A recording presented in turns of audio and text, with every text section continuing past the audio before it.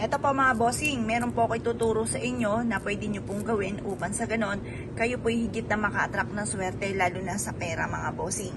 Eto mga bossing ko, kumuha ka mga bossing ng 5 piraso na buo ng dahon ng laurel. Kasi ang 5 mga bossing, kasi pag halimbawa ito paris-paris siya, di ba may isang labis. Yan po, ibig sabihin labis-labis ang blessing. Huwag kang gagamit ng numero na halimbawa ito po paris-paris yan, tapos wala ito, 4 lang po siya. Huwag kang gagamit ng ganyang numero. Lalo na sa Chinese mga bossing ko, ang mga paris-paris na yan, negative po yan. Ngayon pa mga bossing, lalo na yung 2, tsaka 4, kung mapapasin nyo mga bossing, ang madalas na nabibenta or kaya po yung madalas na parang nababakante, hindi wala kumukuha ng numerong yon, yung mga lalo na yung mga 2 at saka 4 or kaya 6 mga bossing ko, ay dahil sa nalalaman nila na negative yung number na yan. Kaya dapat gagamitan natin ito ng 5 para may labis or kaya ay 7 or kaya ay 3 mga bossing. Ngayon pa mga bossing, ang gagawin lang po natin, itatali natin to. Pagsasama-samahin natin to mga bossing. Yan.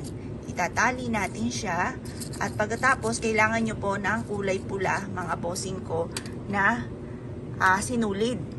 Kulay pulang sinulid, itatali nyo lang to. Ngayon po, habang tinatali nyo po ito, paulit-ulit ka na nagwi-wish. Sabihin nyo po sa pamamagitan nito ay magtutuloy-tuloy ang pasok ng swerte at hindi ka na muli mamumblema patungkol sa pera. Bukod sa inyo pong sipag at tiyaga at pagiging madiskarte ay makakamit nyo lahat ang inyo pong mga pinapangarap. Ganun po ang pag-wish, walang gamit na sana, direct to the point. Kasi kapag kayo gumamit ng sana, kumbaga alinlangan pa yan, 50-50 pa yan, maaaring magkatotoo, maaaring hindi. Kaya kailangan direct to the point. Bukod sa aking sipag at tiyaga, makakamit ko lahat ng aking mga pinapangarap at magkakaroon ako ng malaking halagang pera or makakabayad na ako sa lahat ng aking mga pagkakautang. Habang binibigkis nyo po ito mga bossing, paulit-ulit kayo nagwi-wish mga bossing, libre ang mangarap. Ngayon po mga bossing, kaya lubos-lubosin nyo na. Pagtapos, tatali nyo po ito mga bossing ko sa bintana kung saan kayo ay natutulog.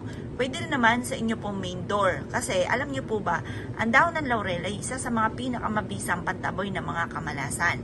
Ito po mga bossing ko, nagki-cleansing ng kapaligiran. Minsan, pag mapapasin nyo, ang dami yung mga pagsubok na pinagdadaanan na hindi nyo lang nakikita, maraming mga negatibo sa paligid na yun nga po mga bossing ko ay nagiging dahilan kung bakit lagi kang minamalas. Kaya minsan, yun nga po, mapapasin nyo para sunod-sunod na mga pagsubok, subukan nyo rin po ito mga bossing. At ito po mga bossing ko, marirecommend ako sa inyo na isa sa mga pinakamabisang pamamaraan para higit tayong swertihin mga bossing. Basta sasabayin nyo na sipag at tiyaga at huwag kang makakalimot magdasal. Kasi ito lang naman din po ang dinagdag ko po sa aming pong buhay mga bossing ko, ang paggawa ng mga pampaswerte. At yun nga po, hindi ako makapaniwala sa mga blessing na dumating. Kaya subukan nyo rin po ito. Kaya kung kayo po'y naniniwala at naisyo po itong gawin, ay siya mga bossing ko, good luck po sa inyo po lahat.